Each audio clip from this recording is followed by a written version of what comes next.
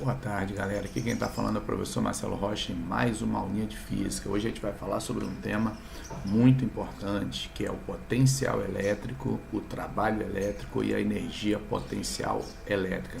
Praticamente é a mesma aula que a gente viu lá em campo elétrico, só que a gente vai dar uma abordagem diferente, vai dar uma nova roupagem.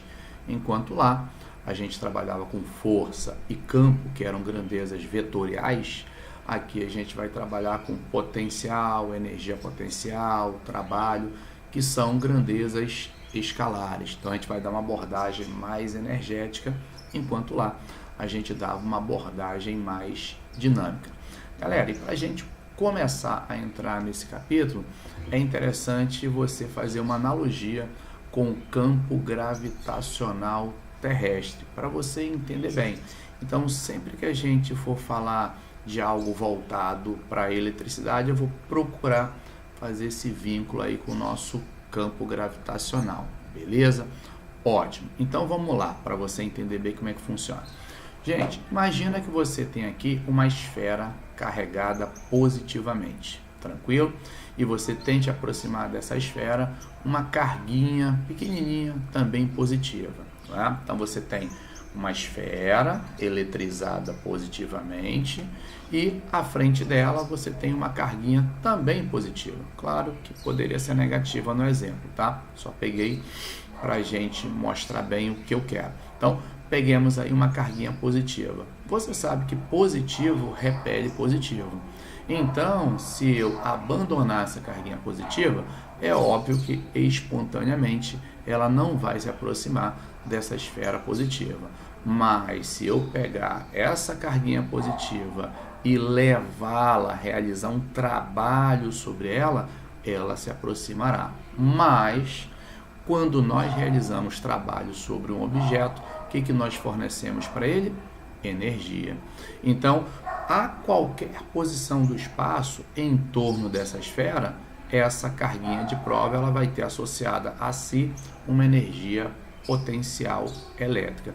É bem parecido com o nosso campo gravitacional, não é verdade? Se você quer erguer um corpo de grande massa, você tem que realizar um trabalho sobre ele contra a gravidade do nosso planeta, contra o campo gravitacional do nosso planeta. E quando você realiza esse trabalho sobre esse corpo, ele passa a ter mais energia potencial do que ele tinha antes. Trazendo lá para a nossa mecânica, você sabe que se você realizar um trabalho sobre ele, para cima, contra o campo gravitacional, ele vai atingir uma altura maior. Então, quando a gente fizer o MGH, ele passa a ter uma energia potencial gravitacional maior, fruto do trabalho que realizaram sobre ele. Então, dentro de eletricidade, é a mesma coisa. Então, quando você quer aproximar uma carguinha positiva de uma esfera eletrizada positivamente, você tem que realizar trabalho.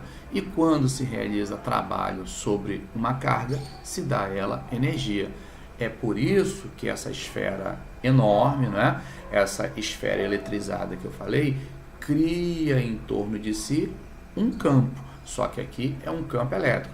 E a gente está realizando um trabalho sobre a carguinha de prova contra esse campo, assim como nós fizemos lá no campo gravitacional. Então é natural nós associarmos a uma determinada posição do espaço em torno daquela esfera uma energia potencial para a carguinha. Então, para cada posição que eu imaginar a carguinha, ela vai ter uma energia potencial elétrica, porque foi gasto, vamos dizer assim, uma certa energia para colocá-la ali. Foi realizado um certo trabalho para colocá-la naquela posição. Então, toda vez que você mudar a posição da carguinha em relação a essa esfera, ela vai ganhar ou perder, né? Depende da posição, energia potencial elétrica. Tranquilo? Então, o conceito de energia potencial elétrica está muito associado ao conceito de trabalho. Agora vamos melhorar um pouquinho esse conceito. Digamos que você queira aproximar uma carguinha de 1 coulomb dessa esfera grande que eu falei. Você vai realizar um certo trabalho contra esse campo, não é verdade? Agora, e se essa carguinha não for de 1 coulomb? E se essa carguinha for de 10 coulombs? Então, é natural você realizar 10 vezes mais trabalho. Então, essa nova carga de 10 coulombs vai ter, ao final do processo, 10 vezes mais energia. Se você tentasse fazer isso com uma carguinha de 80 coulombs, claro que no final do processo ela teria 80 vezes mais energia. Beleza? 80 vezes mais energia, 80 coulombs.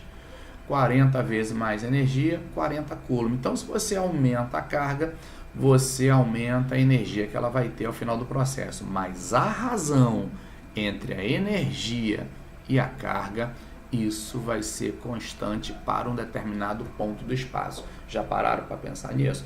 Por exemplo, eu falei que para transportar um coulomb, você tem que realizar um certo trabalho, logo ela vai ganhar uma certa energia. Vamos chamar essa energia aí de E1. Agora, se a nova carga for 10 vezes maior, por exemplo, 10 coulomb, você falou que ela no final, no mesmo ponto, que você vai levá-la para o mesmo ponto, ela vai ter 10 vezes mais energia.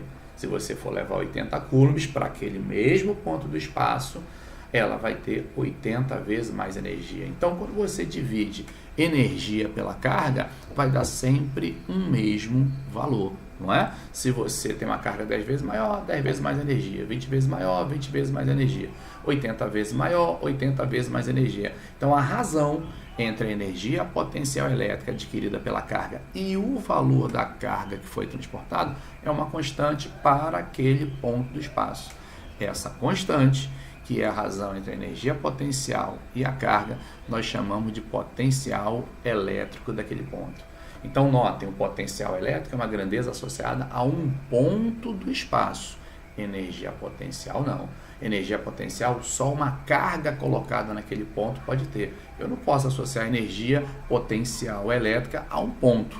A gente diz que a energia potencial elétrica foi adquirida por uma carga. Então, você só pode associar energia a uma carga, mas potencial não. Essa grandeza escalar você pode associar como campo elétrico a um ponto do espaço. Então, o campo elétrico é uma grandeza vetorial associada a pontos do espaço.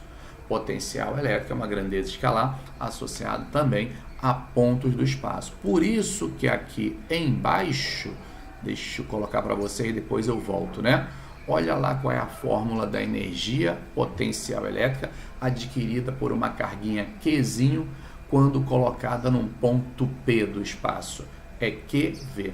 Ou seja, se você pegar essa formulazinha e isolar o V, que é o potencial elétrico, vai dar a razão que eu falei entre energia potencial e carga. Belezinha, galera? Então, para você calcular a energia potencial que uma carga tem num determinado ponto do espaço, pega o valor dessa carga e multiplica pelo potencial elétrico associado a esse ponto do espaço. Ou, de maneira contrária, se você isolar ali naquela formulazinha o potencial, que é o VP, aquela carguinha que está multiplicando passa para o denominador. E aí nós estamos diante daquilo que eu falei. A razão entre energia adquirida pela carga e a carga é uma característica daquele ponto do espaço.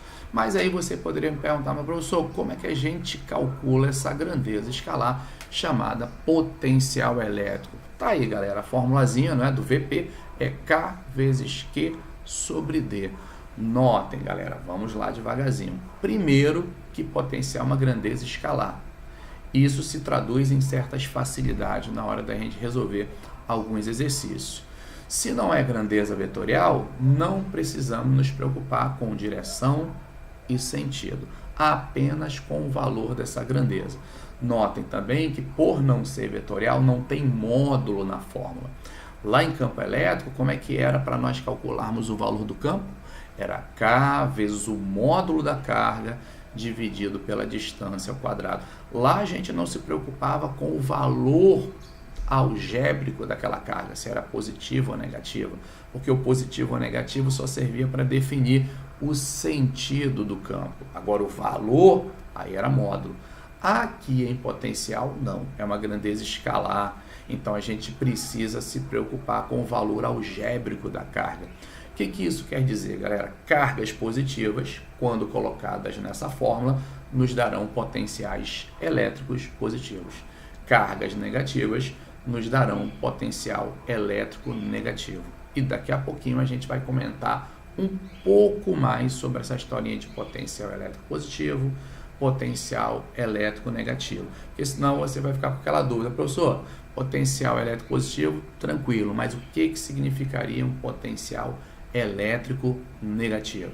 A gente vai falar isso ainda nessa aula e em outra aula eu também vou precisar falar sobre essa historinha de potencial elétrico negativo. Mas por enquanto, gravem essa expressão matemática, né? O potencial num ponto P do espaço a uma distância D de uma carga Qzão, que é a nossa carga fonte ou geradora, é Kq sobre D. E aí ele diz, né, que V é uma grandeza escalar, que há uma distância infinitamente grande dessa carga, o potencial é nulo, claro. Essa distância D está no denominador. À medida que você aumenta a distância, o potencial naquele ponto vai diminuindo. Quanto mais afastado o ponto do espaço estiver da carga-fonte, menor o potencial. Então, para uma distância infinitamente grande, é claro que o potencial elétrico tende a ser nulo, ou seja, tendemos a diminuir a influência dessa carga à medida que nos afastamos dela, né? E aí, a unidade de potência elétrica no sistema internacional é o volt. Beleza. Aí você poderia perguntar, mas professor, e se esse ponto estiver cercado de várias cargas elétricas? Aí a gente vai falar para vocês aquilo que a gente falou no capítulo anterior para campo elétrico. Cada carguinha vai dar a sua contribuição, não é? Então o potencial elétrico naquele ponto P ali que está cercado, por exemplo, por 4 cargas é o potencial da primeira, mais o potencial da segunda, mais o potencial da terceira e mais o potencial da quarta, né? Você abre cada um desses fatores aí nas suas respectivas fórmulas e aí você tem o potencial elétrico no ponto P. Notem a facilidade, não é? Aqui você não precisa se preocupar com direção e sentido, que poderia te levar, por exemplo, a um teorema de Pitágoras ou uma lei dos cossenos, porque aqui a gente trata com grandezas escalares. Então a gente precisa apenas se preocupar com a soma algébrica. O que é isso? Temos que levar em consideração o sinal da carga. Se Q1 é positivo, o potencial ali vai ser positivo, né? Se Q2 é negativo, você coloca no lugar do Q2 o valor negativo. Q3 positivo, Q4 negativo, vai substituindo. Pode ser que no final, quando você somar isso aí tudo, você encontre um potencial positivo, um potencial negativo ou um potencial nulo. Professor, mas vamos lá. O que significaria um ponto do espaço ter um potencial nulo? Dá para você ver pela fórmula da energia que é QV.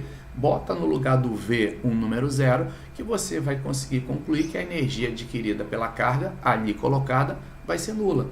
Então, quando você conclui que num ponto do espaço o potencial elétrico é nulo pela presença de várias cargas que produziram esse potencial zero, significa que se você pegar uma carguinha qualquer e abandoná-la ali ela irá ficar, porque a energia potencial dela é nula quando colocada naquele ponto do espaço. Agora, se o potencial for positivo, perdão, significa que quando eu colocá-la ali, ela vai adquirir uma energia potencial positiva. O que significa isso, professor? Significa que houve a necessidade de trabalho sobre aquela carga para colocá-la ali. Daí ela ter adquirido uma certa energia. Então, pensa da seguinte maneira. Imagina que você tenha uma esfera positiva e eu queira transportar lá do infinito, ou seja, de uma distância muito grande dessa esfera, uma carguinha Qzinho positivo até próximo a ela. Ela viria espontaneamente? Não, eu vou ter que realizar um trabalho para que isso aconteça. Daí ela adquirir uma certa energia, não é? Agora, imaginemos que essa carguinha que eu queira transportar em direção a essa esfera positiva seja uma carguinha negativa. Precisaria de um esforço da tua parte? Claro que não, ela viria espontaneamente, mas necessitaria de um esforço teu no sentido contrário para mantê-la numa certa posição. Então, se você quer mantê-la numa posição perto dessa esfera positiva, você tem que fazer um esforço no sentido contrário, porque é uma tendência à aproximação. O trabalho que você vai ter que fazer é se opondo à tendência ao deslocamento. Por isso que esse trabalho é negativo, por isso que a gente diz que a energia potencial adquirida pela carguinha é negativa. Então, tem a ver com o trabalho que está sendo realizado sobre ela naquele momento para mantê-la naquela posição. Se o trabalho feito pelo agente externo foi positivo para mantê-la naquela posição, para tê-la naquela posição, significa que a energia potencial dela é positiva. Caso contrário, se ele tiver feito um trabalho resistente, a energia potencial adquirida por ela será negativa. É simplesmente esta significação, não é, galera? Porque na realidade, todo mundo sabe que não existe energia negativa. Então, quando a gente trabalha com energia negativa, trabalho negativo, é sob um determinado ponto de vista, né? Ativo ou resistivo. Ou seja, se o trabalho feito pelo operador é motor ou resistente. Beleza até aí, gente? Ótimo. Então, se a energia potencial adquirida por uma carguinha, o valor da carga vezes o potencial, e você sabe que o potencial naquele ponto criado por uma carga Qzão é Kqzão sobre D, junta essas duas fórmulas, ou seja, no lugar do Vp você bota Kqzão sobre D, chegamos a essa expressão da energia potencial também aí adquirida por uma carguinha. Só que na realidade, olha como ele coloca ali, energia potencial elétrica do par de cargas Qzão e Qzinho.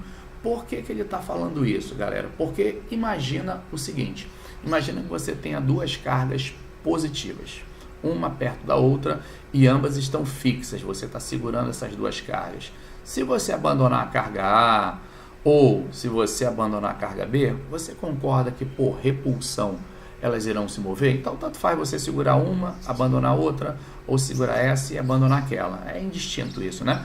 Elas irão se mover e nada se move sem energia. Então, a gente diz que o sistema de cargas armazena energia. Então, na realidade, não é uma carga, são várias cargas que armazenam energia, por exemplo, duas, né, que ele cita aí. O problema é que, normalmente, dentro de exercício, você fixa uma delas. Então, se você fixa uma delas e imagina só uma se movimentando, a gente pode se dar o luxo de dizer que a energia potencial é só dessa carguinha aqui. Mas você tem que saber que, na realidade, as duas apresentam essa energia, porque você pode segurar uma e soltar outra. O efeito vai ser exatamente o mesmo. Então, para você calcular a energia potencial adquirida por uma carguinha, se você souber o potencial do ponto onde ela vai ser colocada, é só usar a primeira expressão. Agora, se ele não der esse potencial e você tiver que calcular, você usa Kqzão sobre D para calculá-lo, né? E joga nessa expressão aí da energia potencial. Juntando tudo, vai ficar Kqzão, Qzinho sobre D. Beleza? Até aí, gente? Ótimo. E agora, para a gente finalizar isso daí, a gente vai aprender a calcular o trabalho realizado sobre uma carguinha para levá-la de um ponto A a um ponto B dentro de um campo elétrico. Mas isso é bem fácil, porque a gente sabe que o trabalho realizado pela resultante, no nosso caso a força elétrica, pode ser obtido de duas maneiras. Isso vem lá da mecânica. Ou é a variação de energia cinética final menos inicial, ou energia potencial inicial menos energia potencial final. Então, galera, para você calcular o trabalho realizado pela força elétrica, tem duas maneiras. Se você tiver as energias cinéticas, energia cinética final menos energia cinética inicial. Se você tiver as energias potenciais, energia potencial inicial menos energia potencial final. Coloca na fórmula, põe em evidência o que, e aí você tem que o trabalho para levar uma carguinha Q de A até B é Q VA menos VB. Esse VA menos VB, que é potencial do ponto A menos potencial do ponto B, nós chamamos na física de diferença de potencial. E notem algo bem importante que ele fala aí também, não é? O trabalho da força elétrica não depende da trajetória. Você pode levá-la da maneira que você quer, seguindo o caminho que você quiser. Se os pontos inicial e final forem iguais, você vai realizar o mesmo trabalho para levar uma carguinha de A até B. Isso por quê? Porque a força elétrica, assim como a força-peso, são forças conservativas, se contrapondo ao conceito de forças dissipativas. Professor, o que são forças dissipativas? São forças que, quando agem, provocam a transformação de alguma modalidade energética em calor. Em outras palavras, provocam o aparecimento de calor. E aí nós podemos citar alguns exemplos, não é? É a força de atrito, a força de resistência do ar, a viscosidade de um determinado líquido, não é verdade? A gente vai ver que em situações mais delicadas, a normal, aquela força normal, não é conservativa e assim sucessivamente, beleza até aí? E aí ele vem falando sobre superfície equipotencial. O que é uma superfície equipotencial, galera? É uma superfície onde todos os pontos sobre ela têm o mesmo potencial elétrico. Então, se você imaginar uma superfície no espaço, onde todos os pontos dessa superfície têm o mesmo potencial elétrico, a gente pode chamar essa superfície de superfície equipotencial. Se essa brincadeira for no plano, a gente chama de linhas equipotenciais. Por exemplo, galera, para você entender bem, imagina que você tenha uma carguinha Qzão, tudo bem? E você sabe que o potencial elétrico criado por essa carga Qzão é Kqzão sobre D. Ora, o potencial criado só por ela, depende unicamente na distância, não é? Então, é Kq sobre D, então depende unicamente da distância. Logo, pontos que se localizam a uma mesma distância dela estarão sujeitos ao mesmo potencial. E pontos que estão a uma mesma distância dela, se você unir, isso vai dar um círculo, não é? Então, as linhas equipotenciais em torno de uma carga, no plano, são círculos concêntricos com ela. Então, todos os pontos desse círculo estão a mesma distância dela. Logo, eles estão sujeitos ao mesmo potencial. Um outro círculo, um outro potencial, porque você mudou a distância. Um outro círculo, um outro potencial, porque esses pontos estão a uma distância maior, logo o potencial vai ser menor. Então, as superfícies equipotenciais em torno de uma carguinha no plano são círculos. No espaço, aí já são esferas concêntricas com essa carga. Então, no espaço, em 3D, esferas concêntricas com a carga fonte representam superfícies equipotenciais. E, em particular, se esse campo elétrico for uniforme, e nós já comentamos o que é um campo elétrico uniforme, é aquele campo onde em seu interior o valor, a intensidade do campo é o mesmo em todos os pontos, as linhas são paralelas e igualmente espaçadas, né? Para esse caso especial de campo, que é o nosso campo elétrico uniforme, as superfícies equipotenciais, elas são representadas por linhas verticais paralelas. Cada uma dessas linhas verticais tem um potencial associado a elas. É o V1, V2, V3, V4, V5. Então, se você tem 4 pontos em cima de V1, todos os pontos em cima de V1 têm esse mesmo potencial V1 volts, né? Se você tem, por exemplo, 10 pontos em cima daquela linha vertical ali, que nós chamamos de V5, todos esses 10 pontos têm o mesmo potencial que nós estamos chamando aí de V5 volts. Então, nesse exemplo da figura, você vê que o ponto A está sobre uma equipotencial e o ponto B está sobre outra equipotencial. Logo, eles têm potenciais diferentes. Logo, entre A e B, separados por uma distância D, existe uma diferença de potencial. Isso quer dizer que se você abandonar uma carguinha em A, com certeza ela vai se mover em direção à equipotencial onde se encontra o ponto B, porque diferença de potencial, nós já vimos, provoca a movimentação de cargas elétricas, não é? E se você quiser calcular o trabalho realizado pela força elétrica, que é sinônimo do trabalho realizado pelo campo para levar essa carguinha de A até B, você usa a mesma expressão matemática que a gente já viu, que VA menos VB. Lembrando que VA menos VB é diferença de potencial, que é U, nós já vimos na aula passada o EDU, não é? Esse U você pode substituir por E vezes D. Até porque, galera, trabalho é F vezes D, não é? E F é QE, então vai ficar QED. Beleza até aí, gente? Espero que vocês tenham entendido a aulinha de hoje, bem simples, não é? Porém, ela é extremamente importante e é uma ferramenta que vai nos permitir resolver uma infinidade de exercícios. E aí eu separei 4 exercícios para a gente fazer aqui, tá bom? É claro que você em casa sempre vai poder fazer mais exercícios. Separei aqui, por exemplo, o nosso exercício de número 33, galera. Olha lá, o exercício 33 do MEC de São Paulo fala o seguinte: Na figura abaixo, Qzão igual a 2 microcoulombs e Qzinho igual a 1,5 microcoulombs são cargas pontiformes no vácuo. Ou seja, cargas bem pequenininhas que você possa, de modo que você possa chamá-las de pontuais, pontos, né, de tão pequeno, porque essas fórmulas que nós estamos vendo para força, para campo, para potencial, só vale para cargas pontuais, não vale, por exemplo, para uma distribuição contínua de cargas. Imagina uma distribuição num fio, imagina uma distribuição num cilindro, uma distribuição, né, sobre uma esfera. Essas fórmulas não valem para esse tipo de exercício, somente para cargas consideradas pontuais ou pontiformes. Então ele fala que Qzão é 2 microcoulombs e Qzão está representada na figura, mas Qzinho não, porque Qzinho vai ser a carga a ser transportada.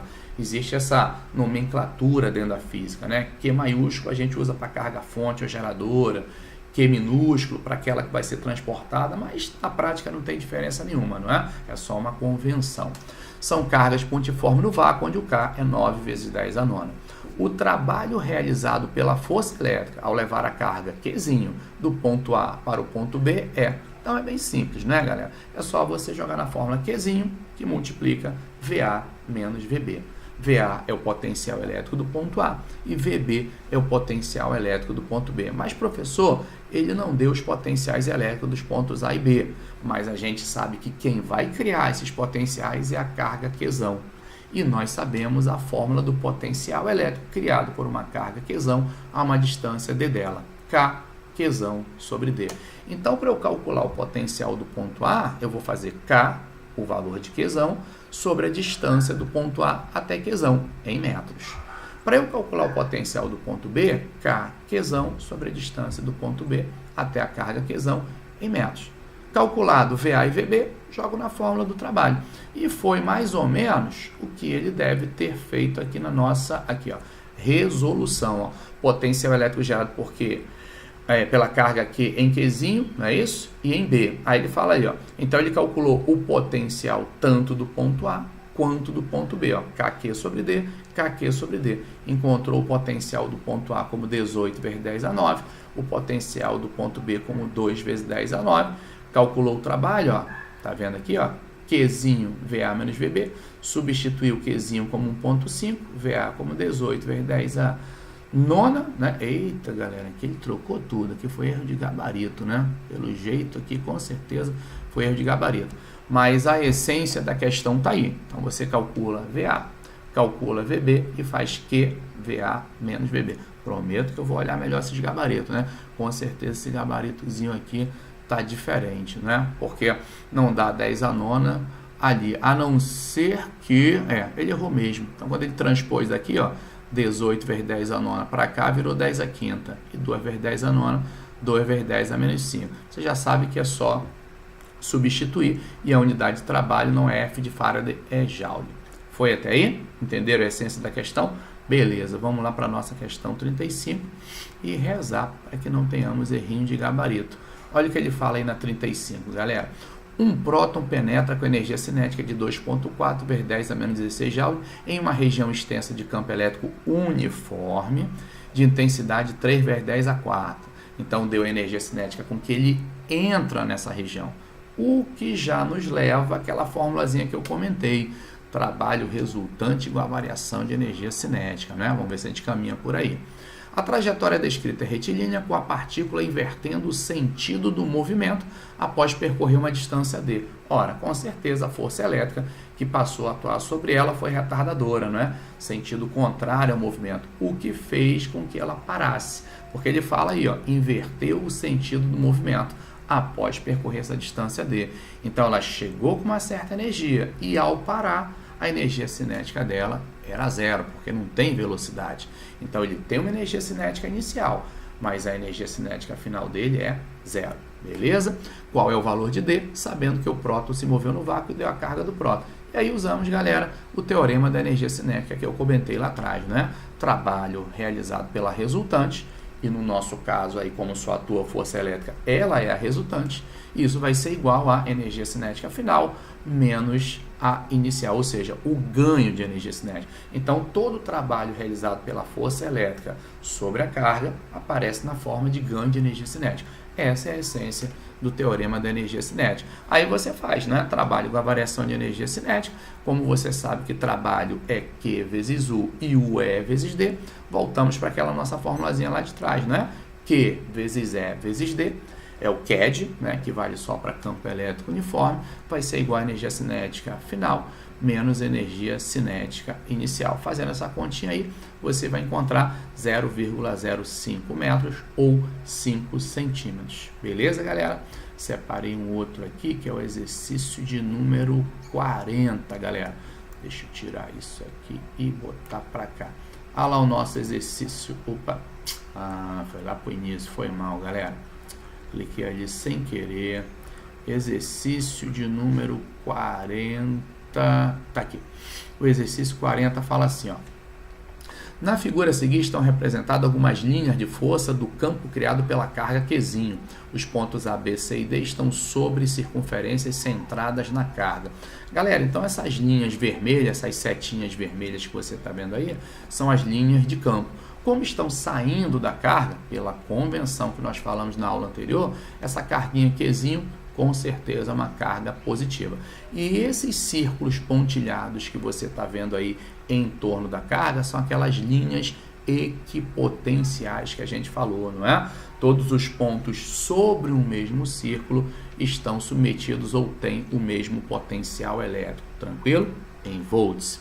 E aí ele continua, indique a alternativa falsa. Letra A, os potenciais elétricos em A e C são iguais. Perfeito. São dois pontos sobre uma mesma superfície equipotencial. Verdadeiro. B, o potencial elétrico em A é maior do que o potencial elétrico em D. Perfeito. Vimos que potencial e distância são grandezas inversamente proporcionais. Então, quanto mais perto o ponto estiver da carga-fonte, maior será o potencial, e é o que ele está falando. Então, como o ponto A está mais perto, potencial maior. Letra C, uma carga elétrica positiva colocada em A tende a se afastar da carga Qzinho. Perfeito, porque já vimos que Qzinho é positivo. Se você colocar uma carguinha positiva perto dela, ela vai tender a se afastar. Letra D, o trabalho realizado pelo campo elétrico, ou pela força, é a mesma coisa, não é? Para deslocar uma carga de A para C é nulo. Perfeito. Porque se a gente fosse calcular esse potencial, se a gente fosse calcular esse trabalho, que fórmula você usaria? Qzinho vezes VA menos VC, porque você está levando ela de A para C. Só que VA é igual a VC pela letra A, que nós consideramos verdadeiro. Então, se VA é igual a VC, VA menos VC vai dar zero, o trabalho vai ser nulo. E letra E, o campo elétrico em B é mais intenso que em A. Falso, porque o ponto B está mais afastado, e nós vimos que a fórmula que nos dá a intensidade do campo é KQ sobre D ao quadrado. E e D também são grandezas inversamente proporcionais. Então, quanto mais afastado o ponto estiver, mais fracamente o campo atuará naquele ponto. Então, resposta falsa, ele quer a falsa, é a nossa letra E. Tranquilo, galera? E separei também aqui a nossa questão de número 44. Ele fala o seguinte: é um campo elétrico uniforme, já dá até para você ver, porque são linhas igualmente espaçadas e paralelas, não é? Podemos usar, inclusive, ao invés de trabalho igual a QVA menos VB, ou VA menos VC, trabalho igual a CAD, que é D. Então, o que é D só vale para campo elétrico uniforme. Esse anterior que nós vimos não é um campo elétrico uniforme, aquele é um campo elétrico variável, porque dependendo da distância até a carga-fonte, você vai ter valores diferentes de campo. Não é o que acontece aqui. Bom, na figura a seguir estão representadas as linhas de força e as superfícies equipotenciais, são aquelas verticais pontilhadas que a gente já comentou lá atrás, de um campo elétrico uniforme de intensidade 100 volts por metro. Uma dada partícula de massa igual a 2 vezes 10 a menos 9 kg. Galera, se já deu a massa, vai mesmo que preparando o terreno para teorema da energia cinética, né? Trabalho resultante igual a energia cinética final menos inicial. Lembrando que a energia cinética é mv ao quadrado sobre 2. E carga elétrica de 10 a menos 8 coulomb é abandonada em repouso no ponto A. Então você já sabe que a velocidade inicial é zero, já sabe que a energia cinética inicial em A é zero. Desprezando-se as ações gravitacionais, então a gente pode dizer que somente atua a força elétrica, logo ela é a resultante. É correto afirmar 2 pontos, 0,1. A distância D entre as superfícies equipotenciais é de 1 metro. Como é que você calcularia a distância D entre essas superfícies equipotenciais, galera? É um campo elétrico uniforme e ele te deu o valor do campo. Usa EDU, E vezes D igual a U. Te deu o valor do campo, que é 100, que é a distância D. Você sabe U, que é a diferença de potencial entre A e B, porque a potencial A tem potencial de 20 volts, a potencial B de 10 volts, então você descobre U, joga no EDU. Então olha o que ele deve ter feito aqui, E vezes D igual a U, 100 vezes D igual a 20 menos 10, calcula aquela distância ali. Foi? Vamos lá para a afirmativa 02. O trabalho realizado pela força elétrica para deslocar a partícula de A até B é de 10 a menos 7. O que você vai fazer? Trabalho para levar de A até B, já que ele deu os potenciais de A e B, você usa Q vezes VA menos VB. Claro que você poderia usar CAD também, que daria o mesmo resultado. Então, ele usou lá Q, VA menos VB. O valor da carga é 10 a menos 8, a carga a ser transportada, VA é 20, VB é 10. Faz a continha, 10 a menos 7 joules. Foi? 0,4. A velocidade da partícula no ponto B. Agora falou em velocidade. Temos que apelar para o teorema da energia cinética. É de 10 metros por segundo. Foi o que ele fez aqui, ó. Trabalho para levar de A até B, energia cinética final menos inicial. O trabalho para levar de A até B você já calculou no item anterior. E a energia cinética inicial é 0, substituiu a massa, desenvolveu velocidade 10, perfeito, é correta. 0,8.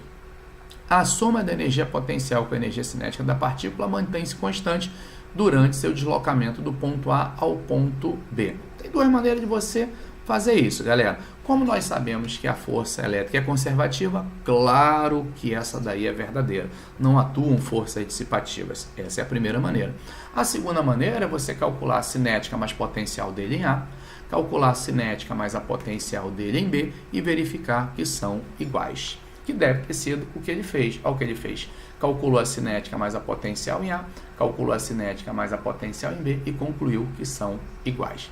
E a última afirmativa dele, colocada a partícula no ponto C, olha lá na figurinha onde está o ponto C, galera, na mesma equipotencial de B. Então, tem o mesmo potencial. Colocada a partícula no ponto C, a sua energia potencial elétrica é maior que no ponto B. Falso. Ela é igual. Porque como eu calcularia a energia potencial adquirida por ela quando colocada em B? Q, é o valor dela, vezes o potencial daquele ponto B.